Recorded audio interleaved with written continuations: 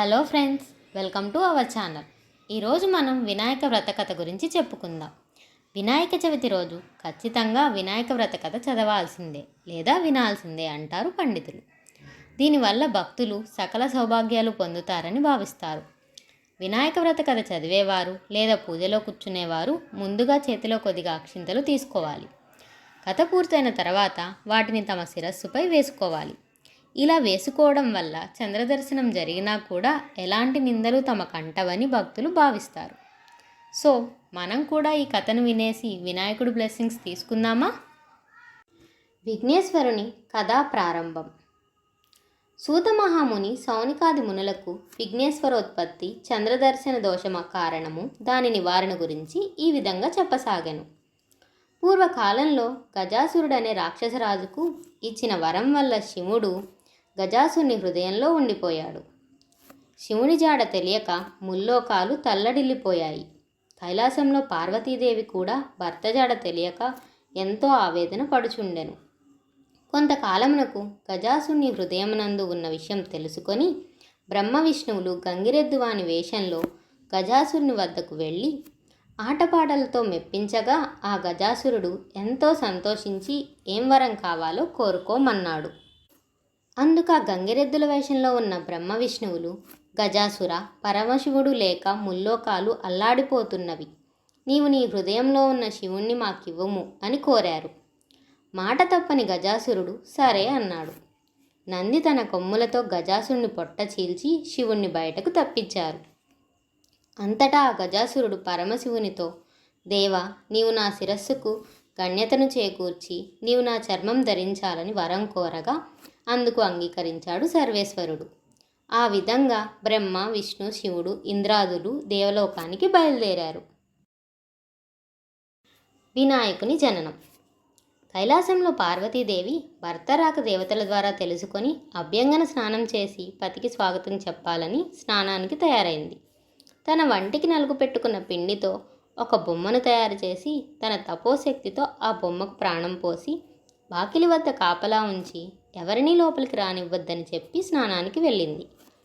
కైలాసానికి వచ్చిన పరమేశ్వరుడు లోపలకు వెళ్ళబోగా గుమ్మం వద్ద బాలుడు అడ్డగించాడు. తాను ఈ కైలాసానికి అధిపతినని, పార్వతీదేవి భర్తనని చెప్పాడు శివుడు. నువ్వు ఎవరివైనా లోపలికి వెళ్ళడానికి వీల్లేదన్నాడు ఆ బాలుడు. వాద ప్రతివాదాలు పెరిగాయి. ప్రమదగణాలు కూడా ఆ బాలుని ముందు ఓడిపోయాయి. పట్టుదల పెరిగి శివుడు కోపంతో తన త్రిశూలంతో బాలుడి శిరస్సును ఖండించాడు. పార్వతి వచ్చి నిర్జీవుడై ఉన్న బిడ్డను చూసి, నాదా, పసివాణ్ణి ఇంత దారుణంగా శిక్షిస్తారా అని శోకించింది. శివుని మనసు కరిగింది. తన తొందరపాటుకు చింతించి ఈ బిడ్డను బ్రతికిస్తానని పార్వతికి మాట ఇచ్చాడు. వెంటనే తన పరివారాన్ని పంపించి ఉత్తరముఖంగా పడుకొని ఉన్న వాని శిరస్సును తెమ్మన్నాడు. ఆ పరివారం ముల్లోకాలు గాలించి వెతకగా గజాసురుడు ఉత్తర దిక్కుగా పడుకొని మరణస్థితిలో ఉన్నాడు. ఆ గజాసురుని శిరస్సును తెచ్చి పాలని మొండానికి అతికించి సజీవుణ్ణి చేశారు. పార్వతి ఎంతో ఆనందించింది. ఈ బాలుడు గజముఖం గలవాడని, గజాననుడని, వినాయకుడని, లంబోదరుడని మరెన్నో పేర్లతో పార్వతీదేవి అల్లారముద్దుగా పెంచసాగింది. వినాయకునికి ఆధిపత్యము. కొంతకాలం తర్వాత పార్వతీ పరమేశ్వరులకు కుమారస్వామి జన్మించాడు. అతడు మహాబలశాలి. ఒకనాడు మునులు, దేవతలు పరమేశ్వరుణ్ణి, దేవా, విఘ్నములకు అధిపతి కావాలని వారు కోరారు. అందుకు వినాయకుడు, కుమారస్వామి ఇద్దరూ విఘ్నాధిపత్యమునకు పోటీ పడ్డారు. అందుకు పరమేశ్వరుడు, కుమారులారా, ఈ ముల్లోకాల్లో గల పుణ్యనదుల్లో స్నానమాచరించి ముందుగా నా వద్దకు ఎవరు వచ్చెదరో వారికే విఘ్నాధిపత్యము దక్కుతుంది అని చెప్పగా కుమారస్వామి వెంటనే తన వాహనమైన నెమలిపై ఎక్కి బయలుదేరాడు.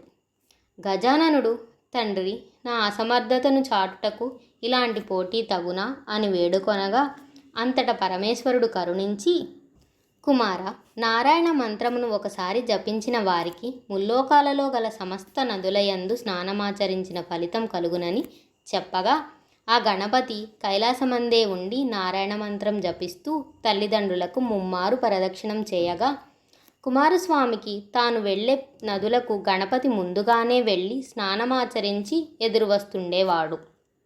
ఇది తెలుసుకొని తన అజ్ఞానానికి చింతించిన వాడై కైలాసమునకు వచ్చి తండ్రి నా అజ్ఞానమును మన్నించి అన్నగారికే విజ్ఞాధిపత్యము ఇవ్వమని వేడుకొనెను.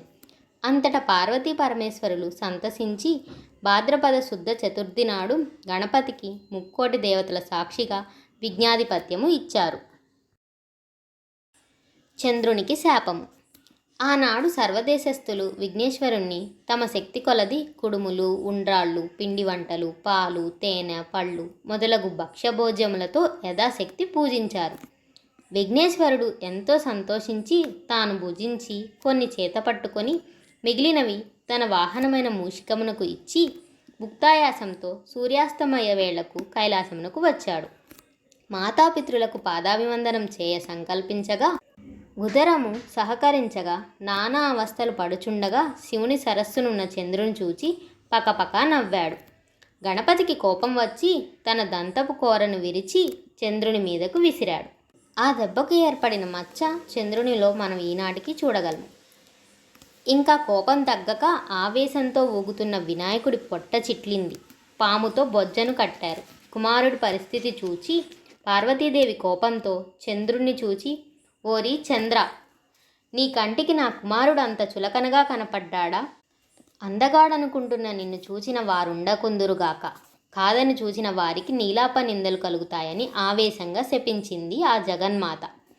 పార్వతీదేవి శాపానికి చంద్రుడు గడగళ్లాడిపోయాడు. ఆ జగదాంబ పాదాల మీద పడి శాపం ఉపసంహరించుకోమని కోరాడు. శాపం ఉపసంహరించబడదు అన్నది పార్వతీమాత. దేవతలంతా అయోమయంతో కలవరపడి, తల్లి చంద్రుణ్ణి క్షమించు, చంద్రుణ్ణి చూడకుండా ఉండడం సాధ్యపడుతుందా? ఎవరికీ ముఖం చూపలేక, ఎవరూ తన ముఖం చూడక, చంద్రుడు ఎక్కడైనా అజ్ఞాతంలో ఉంటే వెన్నెల రాత్రులు ఎలా జరుగుతాయి? జనులు ఎలా జీవిస్తారు?